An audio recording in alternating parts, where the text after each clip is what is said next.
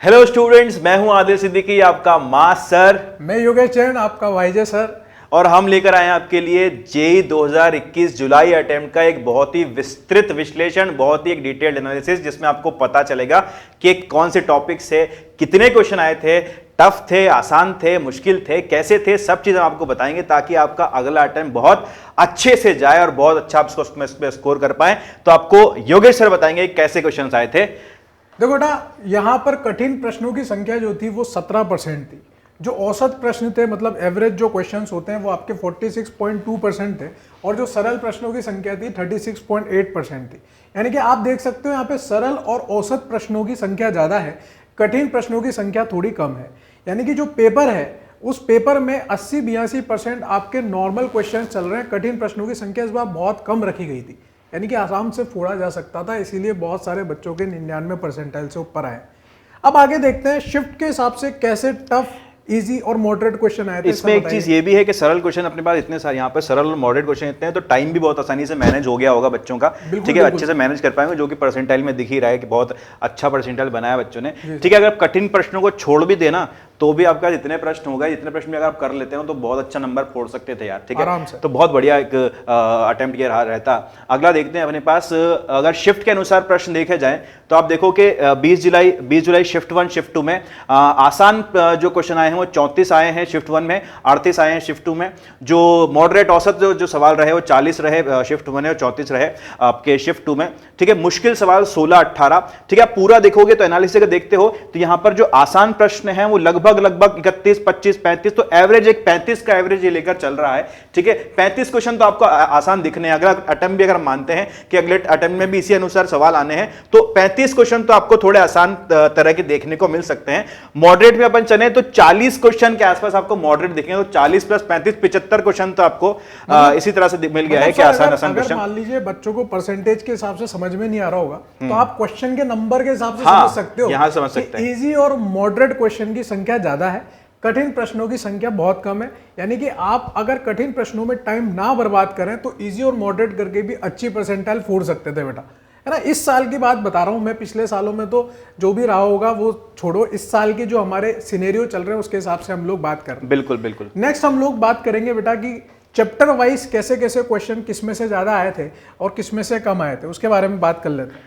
सबसे पहले फिजिक्स है तो फिजिक्स में बता देता हूं, फिर आप केमिस्ट्री के बारे में चर्चा करना। एक बार बच्चे स्क्रीनशॉट भी ले लें थोड़ा सा। हाँ, तो अपन थोड़ा बाहर निकल जाते हैं। आप इसका स्क्रीनशॉट ले सकते हो और इसका स्क्रीनशॉट लेकर आप अपने डेस्क पर लगा लो, कहीं पर लगा लो, ताकि आपको पता चल जाए कि क्या क्या क्वेश्चंस किस टॉपिक से आ रहे हैं ज़्यादा और कहाँ पर आपको मेहनत करने की ज़रूरत है। तो देखो, ये जो एनालिसिस है इसको मैंने सॉर्ट किया है इस हिसाब से कि आपके पास जिस टॉपिक सबसे ज़्यादा क्वेश्चन है वो सबसे ऊपर है, फिर जिससे क्वेश्चन नंबर कम होते जाए हैं वैसे वो टॉपिक नीचे करते गए। तो साफ साफ देखने को पता चल रहा है कि सारे शिफ्ट अगर मिला देना तो करंट इलेक्ट्रिसिटी से विद्युत धारा सबसे ज्यादा क्वेश्चन आए हैं, जो कि आते भी हैं। ठीक है, बहुत एक इंपॉर्टेंट टॉपिक है करंट इलेक्ट्रिसिटी। उसके बाद आपका न्यूक्लियर फिजिक्स आ गया है, फिर रोटेशन आ गया है, और एसी अगर आपके पास देखो तो एसी के 11 क्वेश्चन कुल मिला के हैं। ठीक है, अगर एवरेज की बात करें तो आपके पास करंट इलेक्ट्रिसिटी हर शिफ्ट में 2-1 2-1 2-1। ठीक है, शिफ्ट 5 में 3 क्वेश्चन हो गए, तो 2 का एवरेज लेके चल रहा है। तो करंट इलेक्ट्रिसिटी से आपको अगले अटेम्प्ट में भी 2 क्वेश्चन देखने को मिल सकते हैं। ठीक है, न्यूक्लियर से भी आपको 2 क्वेश्चन देखने को मिल सकते हैं, रोटेशन से भी आपको 2 या 3 क्वेश्चन देखने को मिलेंगे ही मिलेंगे, तो बिल्कुल आपको बहुत अच्छे से कर लेना है उसको। एसी से भी आपको 2 क्वेश्चन तो मिलने ही है। ठीक है, आप देख सकते हो कि यहां जैसे जैसे आप नीचे जा रहे हो वैसे वैसे आपको नंबर ऑफ क्वेश्चन घटते हुए दिख रहे हैं। ठीक है, आप एवरेज मान के चलो कि जो ऊपर कुछ जो टॉपिक्स है उनमें से 2 से 3 क्वेश्चन, फिर नीचे जाते जाएंगे अपन तो 2 क्वेश्चन, और फिर नीचे जाते तो 1 क्वेश्चन आपको टॉपिक से मिलेगा। ऐसा तो नहीं लग रहा मुझे कि 12th वाले को ज्यादा वेटेज मिला है, 11th वाले को कम मिला है ना, मतलब बराबर। हाँ, लगभग बराबर है, लगभग बराबर वेटेज इन दोनों का। सर मैं देख पा रहा हूँ कि जो सेमीकंडक्टर जैसा चैप्टर है, मतलब जब हम लोग पढ़ते थे सर उस समय तो मतलब सेमीकंडक्टर तो हम स्किप ही कर जाते थे, छोड़ देते थे कि इसमें से तो सेमीकंडक्टर से 9 क्वेश्चन टोटल हैं। तो एक ये देखो शिफ्ट 3 में तो 3 क्वेश्चन आए यार, मतलब हर अटेम्प्ट में क्वेश्चन। हाँ, 3 क्वेश्चन है शिफ्ट 3 में, तो ऐसा भी नहीं कर सकते आप कि आपने सोचा कि एक ही आ जाए। ठीक है, तो एक ही टॉपिक से 3-3 क्वेश्चन भी है, तो अनबैलेंस टाइप का भी पेपर रहा, ये अनबैलेंस भी थोड़ा सा पेपर है। पेपर जो है मतलब एनसीईआरटी बेस्ड चल रहा है पूरा का पूरा, एनसीईआरटी बेस्ड देखने को दिख रहा है। ठीक है। तो सेमीकंडक्टर से भी आपको छोड़ना नहीं, अच्छे से करना है। मोशन इन 1D से आप देखो कि वैसे कम ही क्वेश्चन आते हैं, तो इसमें से आप एक एवरेज मान के चल सकते हो। अगले पेज पर हम चलें तो कम्युनिकेशन से 6 आपके पास, लास्ट में आपके पास एक्सपेरिमेंटल फिजिक्स से 2 क्वेश्चन हैं जो कि शिफ्ट 4 और शिफ्ट 6 में आपको पूछे गए हैं। तो आपको एक एनालाइज, अब आपको पता चल गया है कि आप वैसे भी आप रिवीजन मोड में आप हो, अपने पास रिवीजन आप कर रहे हो, ठीक है। अब ऐसा कुछ नहीं होगा कोई नई तैयारी करने स्टार्ट कर रहा हो कोई, ठीक है। तो रिवीजन आपको किसका अच्छा करना है, किसका बहुत अच्छे से करना है, सब करना सभी का है, ठीक है। किसका बहुत अच्छे से आपको टाइम देना, आप इसको एनालिसिस कर सकते हो। इसका आप स्क्रीनशॉट लें, आप पूरी जगह दे रहे हैं इसके लिए, ठीक है। ये भी आपका स्क्रीनशॉट हो जाएगा इसका। चलिए, तो अगला जो है वो है मेरे पास केमिस्ट्री। योगेश सर आपके मास्टर हैं केमिस्ट्री के, तो बताएंगे। तो अब केमिस्ट्री में देखो, जो आपका सबसे फेवरेट टॉपिक होता है जीओसी, सबसे ज्यादा क्वेश्चन भी उसी से आए, ठीक है। तो बल्ले बल्ले हो गई आपकी, इसीलिए केमिस्ट्री में नंबर फोड़े हैं बच्चों ने इस बार। फिर कोऑर्डिनेशन कंपाउंड, जो इनऑर्गेनिक का फेवरेट टॉपिक होता है बच्चों को, उससे 15 क्वेश्चन आए, ठीक है। अमीन्स वाले, मैं हर बार जब भी मैं आपका जेई का पेपर डिस्कस करता था, मैं बोलता था 2 टॉपिक तो फेवरेट चल रहे हैं उसके, एक तो अमीन्स और दूसरा जीओसी, और फिर उसके बाद बायोमोलिक्यूल्स पॉलीमर। तो वहीं से आपको ज्यादा क्वेश्चंस देखने को मिले। तो आप इसका भी स्क्रीनशॉट ले लो बेटा, पूरा का पूरा, है ना। कहाँ कहाँ से क्वेश्चन आ रहे हैं देख लो आप। मेरे हिसाब से आपने ले लिया होगा। सर नेक्स्ट स्लाइड एक बार। तो यहाँ पर आप देख सकते हो कि बाकी के जितने भी टॉपिक्स हैं उनका भी आप स्क्रीनशॉट ले सकते हो। एक बार के लिए हम लोग हट जाते हैं साइड में हटना पड़ेगा क्योंकि बहुत वाइड एंगल है ना। काफी सारा एनालिसिस किया है, शिफ्ट 1 शिफ्ट 2 सब शिफ्टों के आपके जो भी क्वेश्चंस आए हुए हैं, सारी शिफ्टों के अनुसार यहाँ पर हम लोगों ने लिखा हुआ है। देखने को मिल रहा है, कोई टॉपिक छोड़ा नहीं है जेई ने, मतलब सारे टॉपिक से क्वेश्चन दिए हैं, कवर किए हैं। मतलब चाहते हैं कि बच्चा छोड़ के ना आए कुछ भी, सब कुछ पढ़कर ही आए तभी एग्जाम देने आए। शिफ्ट 1 में अगर कुछ छोड़ दिया तो शिफ्ट 2 में ले लिया, शिफ्ट 2 में कुछ छोड़ दिया तो शिफ्ट 3 में। आप देख लो कहीं पर भी कहीं 0 लिख रहा है तो कहीं 1 लिख रहा है, मतलब हर एक टॉपिक को कवर किया है, हर टॉपिक कवर किया अच्छे से। चलिए, मैथ्स के लिए हम ही बता देते हैं मैथ्स के लिए भी, ठीक है। जगह बिल्कुल भी नहीं है, ठीक है। हमेशा हम दोनों इतनी जगह घेर लेते हैं कि जगह बचती नहीं है। तो देखो भाई, वेक्टर अलजेब्रा से आपको सबसे ज्यादा क्वेश्चन देखने को मिले हैं जो कि 15 हैं, ठीक है।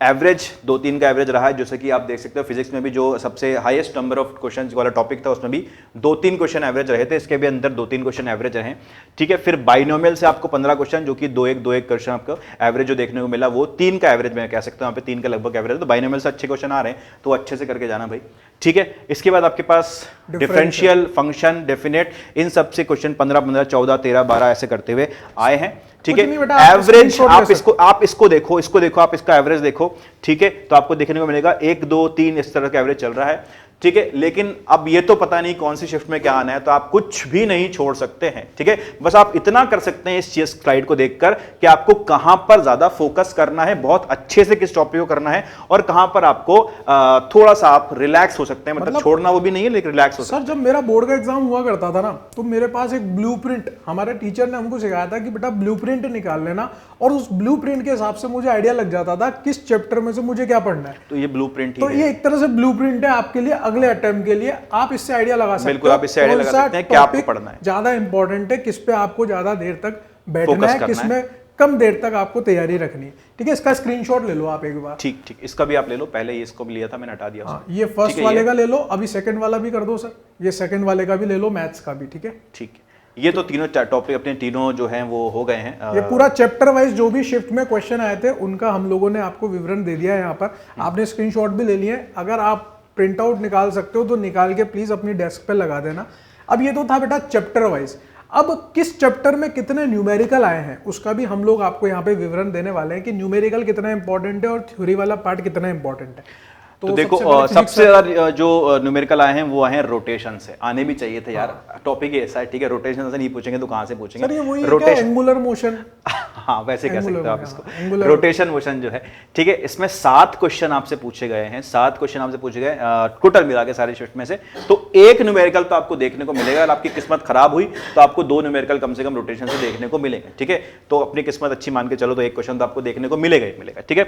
उसके बाद करंट है, करंट से आपको एक क्वेश्चन आपको मिलेगा ही मिलने वाला है, एक न्यूमेरिकल आपको करंट से मिलने वाला है, ठीक है। फिर सेमीकंडक्टर, देखो सेमीकंडक्टर जो है ऊपर आता जा रहा है। सेमीकंडक्टर से 5 न्यूमेरिकल अगर टोटल बात करें तो सबसे ज्यादा न्यूमेरिकल सेमीकंडक्टर से आपको देखने को मिले हैं, ठीक है। शिफ्ट 2 वालों को तो ये तो 2 न्यूमेरिकल आ गए भाई साहब सेमीकंडक्टर से भी, ठीक है। बाकी एक एवरेज आपको लेके चल रहा है, ठीक है। एनसीईआरटी प्लीज एनसीईआरटी रीड करके जाओ अच्छे से। इसका भी आप स्क्रीनशॉट ले लो एक बार, स्क्रीनशॉट, ठीक है। तो हम पीछे हट जाते हैं एक बार और, ठीक है। ये तो खेल हो गया अपने लिए पीछे हटना, ठीक है। केमिस्ट्री के लिए आप देख सकते हो, केमिस्ट्री भी आप इसका भी स्क्रीनशॉट ले लीजिए एक बार। हाँ स्क्रीनशॉट एक बार ले लो। ठीक है, चलिए। अब देखो केमिस्ट्री में बेटा आपको पता है फिजिकल केमिस्ट्री जो होती है उसी में से न्यूमेरिकल ज़्यादा बनने चाहिए। ऑर्गेनिक केमिस्ट्री में ऐसा कुछ खास न्यूमेरिकल वाला होता नहीं है। जबरदस्ती अगर वो मोल वगैरह पूछना चाहे या कितने एरोमेटिक कंपाउंड है वो पूछना चाहे तो फिर वहां से ऑर्गेनिक में से आपका न्यूमेरिकल बन सकता है। तो आप देख भी सकते हो कि ज़्यादातर फिजिकल वाले टॉपिक ही ऊपर रखे गए हैं, जैसे सॉल्यूशन, थर्मोडायनेमिक्स। अच्छा, कोऑर्डिनेशन कंपाउंड जो है वहाँ पे भी आइसोमर वगैरह पूछ ले जाते हैं, तो वहाँ इनऑर्गेनिक का टॉपिक है तो वहाँ से भी न्यूमेरिकल आए, जीओसी से भी न्यूमेरिकल आए। लेकिन मेजोरिटी वाले जो टॉपिक हैं वो आपके फिजिकल वाले ही होंगे। इतना तो आप भी समझते हो कि वहीं से आने चाहिए न्यूमेरिकल, तो वहीं से देखने को मिलता है। ठीक है, तो आप स्क्रीनशॉट ले ही चुके होंगे मेरे हिसाब से। और ये मैथ्स में वही बाइनोमियल में जो उसमें था वैसे ही चल रहा है। बाइनोमियल सबसे ज्यादा पूरा न्यूमेरिकल है। ठीक है, पूरा न्यूमेरिकल एनालिसिस, ये तो एनालिसिस होना ही नहीं चाहिए था, खैर ठीक है। लेकिन फिर भी हमने कहा था मैथ्स में आपको ये है, लेकिन फिर भी एक स्क्रीनशॉट आपके पास रहना चाहिए ताकि आपको आइडिया रहे कि कहां से हमें न्यूमेरिकल। भैया बाइनोमियल और वेक्टर अलजेब्रा बहुत अच्छे से करके जाओ, मैं तो आपको ये सलाह दूंगा। ठीक है, डिफरेंशियल तक भी, और ये तो मतलब मैट्रिक्स तक तो आप बिल्कुल फोड़ दो, मतलब एक भी चीज ऐसी नहीं होनी चाहिए जो आपको नहीं आती हो। ठीक है, एक बार स्क्रीनशॉट ले लो। हाँ, इसका स्क्रीनशॉट आप ले लीजिए। चलिए, ठीक है। अच्छा, आगे बात करें तो आगे हमारे पास ये स्कोर वर्सेस परसेंटाइल का एनालिसिस है, कितने स्कोर पे कितना परसेंटाइल आया है, तो वो देख लेते हैं। आपको ये भी आइडिया लग जाएगा इससे कि आपको कितना स्कोर करना है, जो भी आप एम कर रहे हो। ठीक है, अच्छे से अच्छा आप एम कर रहे हो, हम जानते हैं। मेरे से सर बहुत सारे बच्चों ने अभी कमेंट सेक्शन में यूट्यूब पे पूछते रहते हैं कि सर हमारा इतना मार्क्स आया, मेरा कितना परसेंटाइल बनेगा। तो हम आपको क्लियर कर देते हैं किस परसेंटाइल पे कितने मार्क्स हैं, किस मार्क्स पे कितने परसेंटाइल। तो जैसे ही आप अटेम्प्ट देकर आओगे ना, अटेम्प्ट देकर आओगे तो आपको की तो हमारी तरफ से मिल ही जाती है, आपको सब आंसर्स पता हो ही जाते हैं। ठीक है, तो अपने मार्क्स लगा सकते हो, उसी समय आपको लगभग परसेंटाइल का आइडिया हो जाएगा कि मुझे इतना परसेंटाइल आने वाला है अभी आपके अगस्त वाले अटेम्प्ट में। तो देखो भाई, 99 परसेंटाइल के लिए जो मॉर्निंग शिफ्ट 20 जुलाई का था उसमें 181 नंबर पे आपको 99 परसेंटाइल मिला। ठीक है, और वहीं पर 25 जुलाई को 241 नंबर पे 19% मिला। तो ये जो 25 जुलाई इवनिंग वाला शिफ्ट था ना, काफी आसान रहा होगा। ठीक है, और ये 181 वाला जो होगा वो थोड़ा सा मुश्किल रहा होगा, टफ रहा होगा। 20 जुलाई वाला जो रहा वो टफ रहा। ठीक है, तो आप देख सकते हो बेटा, नंबर मैटर नहीं कर रहे हैं, पेपर कितना हार्ड है और कितना आसान है उसके हिसाब से परसेंटाइल मैटर करती है। बिल्कुल है बिल्कुल। तो इस विवरण से आपको क्लियरिटी से पता चल जाएगा कि नंबर मैटर नहीं करते बेटा, पेपर की हार्डनेस मैटर करती है कि वो हार्ड है। तो अगर आपके कम नंबर आ रहे हैं तब भी आपके अच्छे परसेंटाइल ही आएंगे। तो ऐसे हो जाता है बच्चा, मतलब सर मैंने देखा एक बच्चा मेरे से आके बोलता कि सर मेरे नंबर बहुत कम आ रहे हैं, मेरी परसेंटाइल खराब हो जाएगी। अब वो मान लो अगर वो इस शिफ्ट का बंदा होगा तो फिर कैसे पॉसिबल है भाई, उसकी परसेंटाइल भी ढंग की आनी है। समझ रहे हो आप बात को? हाँ। तो इसका भी आप ले लो स्क्रीनशॉट, जिससे आपको आइडिया लग जाएगा। आपको पता कैसे चलेगा कि शिफ्ट हार्ड था या मुश्किल था या आसान था, जो भी था हम बताएंगे भाई, कौन बताएगा आपको? पता कैसे चलेगा? हम बताएंगे, हम किस लिए बैठे हैं। ठीक है, तो आप जब पेपर देकर आओगे तो आपको पता चलेगी ये चीज। देखो 90 परसेंटाइल तक, आप 90 परसेंटाइल के ऊपर वाला आपने लिया है तो 90% आप देखो कि जो एवरेज यहाँ पर ले सकते हैं हम 117, 116, 134, 120 के आसपास अगर आपके नंबर आ रहे हैं तो 90 परसेंटाइल पे हो। अगर इसका एवरेज अगर मैं ले लूँ ना तो लगभग 220 के आसपास मैं इसका एवरेज मान सकता हूँ। 220 के नंबर आपके पास नंबर है तो आप 99% बिल्कुल सेफली आप 99 परसेंटाइल बोल सकते हो कि आपको मिल जाने वाला है। ठीक है, अच्छा 99 से ऊपर कौन कौन लोग जाना चाहते हैं अगली साइड, उनके लिए अपन दिखा देते हैं। जो बच्चे मतलब 99 परसेंटाइल से ऊपर की सोच रहे हैं तो उनके लिए ये हमारे पास है कि ज्यादा फर्क नहीं होता है। आप देखो 2-4 नंबर का फर्क है, और पॉइंट में जो परसेंटाइल बढ़ता है ना बेटा, उससे आपकी रैंक में बहुत ज्यादा इफेक्ट होता है। मतलब 99 परसेंटाइल के ऊपर अगर आप पहुंच रहे हो तो एक 2 नंबर बहुत। तो सारे मॉडरेट और जो इजी क्वेश्चन थे वो सब कर डालो। ठीक है, और जितने टफ क्वेश्चन करोगे ना उतना परसेंटाइल बढ़ता जाएगा। आप देखो 99.1 वाले की 185 है, 99.2 वाले की 189 है, 4-5 और देखो यहाँ तक आते आते नंबर फर्क कितना आ गया भाई। हाँ 90 यहाँ से यहाँ तो आएगा ना सर, 0.1 बहुत फर्क आ गया यहाँ पे। ठीक है, तो 99.9 परसेंटाइल जो सोच रहे हैं भाई, तो 250 नंबर के आसपास, 260 के आसपास, बल्कि नॉट इवन 250, 260, 265 के आसपास आपका एवरेज इतना चलना चाहिए, तब आपको 99.9% आप जा सकते हो। 99.1 तक आप 180 तक बात कर सकते हैं अपन। एक बच्चों के अंदर एक और डाउट रहता है कि सर हमें जेईई एडवांस की प्रिपरेशन करनी चाहिए या 4th अटेम्प्ट पे ज़्यादा ध्यान देना चाहिए। तो वो बच्चे जिनके 97 परसेंटाइल से ऊपर है वो फुल्ली जेईई एडवांस के प्रति जाओ बेटा। 4th अटेम्प्ट तो आपका क्रैक हो ही जाएगा। वो अपने आप क्रैक हो जाएगा, 4th अटेम्प्ट आपका क्रैक हो जाएगा, तो आप एडवांस के लिए आप प्रिपरेशन करें। आप जेईई एडवांस के लिए पूरा फोकस हो जाओ। ठीक है, और जिनके 97 से कम है बेटा, वो 4th अटेम्प्ट की तैयारी जोरों शोरों से लगे रहो। जेईई एडवांस भी आपको देना ही है, लेकिन आप फोर्थ अटेम्प्ट पे भी पूरा फोकस हो। जो लोग 96 पे अटके हुए 97 पे अटके हुए हैं और चाहते हैं कि भैया थोड़ा सा और इम्प्रूव हो जाए तो एडवांस में मैं कट ऑफ नहीं भाई एडवांस अगर आप पढ़ रहे हो तो आपकी मेंस की तैयारी तो चली रही है अपने आप हो जाएगी उसके अंदर। तो ये आपका एनालिसिस है, तो आप इसको देख सकते हैं, अपना स्क्रीनशॉट ले सकते हैं, अपनी डेस्क पर लगा सकते हैं, ठीक है। पूरा आपको रोज देखोगे तो समझ में आ जाएगा मुझे कितना स्कोर करना है, एम आपको पता चल जाएगा आपका, ठीक है। और ये आपके लिए मोटिवेशन की तरह भी है बेटा, अगर आप डेस्क पे लगा लोगे तो बिल्कुल मोटिवेशन का ही काम करेगा। तो हमारी तरफ से आप सभी को फोर्थ अटेम्प्ट के लिए और जे एडवांस के लिए best of luck, all the best, मेरी तरफ से भी all the Thank you, best. sir. हम मिलते रहेंगे आपसे, आज के लिए इतना ही, थैंक यू।